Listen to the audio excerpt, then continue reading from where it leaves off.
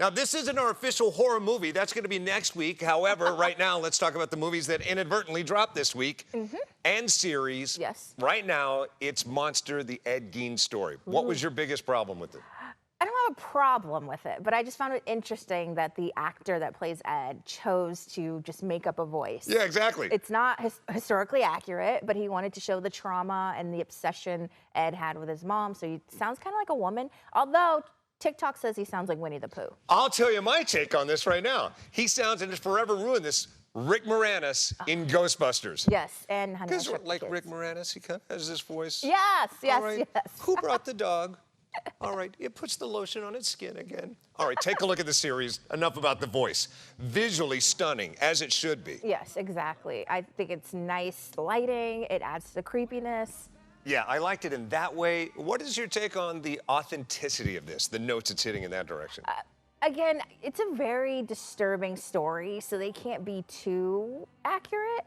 But I think for the purpose of Netflix, it hits all the right notes. And I like the way it weaves in and out of the productions like Psycho and Texas Chainsaw Massacre. And I talked to Charlie a little bit about that. Look. You don't look terrifying now, but I've got to tell you, every time I see you in this, it creeps me out. I'm worried about you the rest of your life. Anthony Hopkins said after Silence of the Lambs came out that for a good year, people would walk on the opposite side of the street when they saw him coming.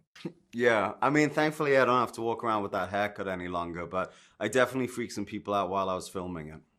Yeah, it's one of the most heinous criminals in American history, and certainly the template, the blueprint for some of the greatest modern horror icons. Did you look back to Silence of the Lambs or Texas Chainsaw Massacre to get inspiration, or just start from scratch? I started from scratch. I did. I had never seen Texas Chainsaw Massacre. I actually, spoiler, kind of don't like horror at all, and so I'd never seen. I'd seen obviously Psycho, and I'd seen Silence of the Lambs. Yeah, I watched it, but no, I really wanted to discover Ed on my own terms. So most of my research was reading like his medical records and court transcripts and all of the other books that had been written about. His relationship with his mom truly is at the heart of this, albeit creepy relationship with his mom. Talk about that anti-chemistry that you've created, or chemistry as it were. Well, I mean, obviously getting to work with the immensely talented Laurie Metcalf was an incredible privilege and an honor. But, you know, that was the thing that I latched onto very, very early on, was just the tragedy of this experience that Ed had. And then, you know, the only person he ever had a relationship with in his entire life was his mother. You know, she was everything to him, and he lived alone with her until he was 41 years old. And when she died, when he was 41, the first crime he ever committed was 2 years later, after 2 years in complete isolation, he went to the cemetery to dig her up to bring her home because he missed her so much. And so that's like the heart of the relationship. But it was complicated, right? Because he adored her and she was his only person, and yet she told him every day of his life that she hated him because he wasn't born the daughter that she'd always wanted. And also, the monster, sometimes not so much the monster at hand, but the people that make that monster a celebrity. So it kind of makes you look back at society watching this. Yeah, that's a big part of the central thesis of the show, is like the responsibility that the media has and why we tell these stories and how we tell them. And, as Ryan does, he sort of, he challenges the audience to decide who they think the monster is. Clearly, Ed Gein is a monster in this. He did unforgivably despicable things, but then was Hitchcock also a monster? Because prior to making Psycho, monsters were acts of fiction. They were Dracula and Frankenstein.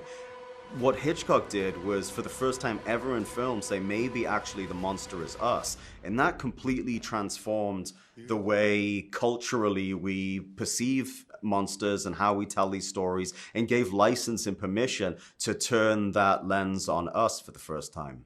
Yeah, he's so good. Universally, me and all the critics are saying, say what you will about the authenticity, this or that, he is great in it. Laurie Metcalf. Oh, yeah. Can we talk about her? Yes. And what's funny, she's the worst mom ever in this, and yet she's traditionally known as being one of the best moms. Right. She was a mom in Roseanne. Yes. She was a mom in Lady Bird. Yes. She was a mom in Big Bang Theory. And Toy Story. And Toy Story. She's Andy's mom. She's Andy's mom in Toy Story. I think this, I'm glad you brought up the mom, because this is really a public service announcement. Give your kids lots of love and acceptance. Yes. Or they're going to grow up and skin people and make lampshades out of them. So you don't want that to happen. That's embarrassing. Hopefully the neighbors will talk about you. Hopefully Andy didn't turn out that way. Yeah, Andy's a good kid.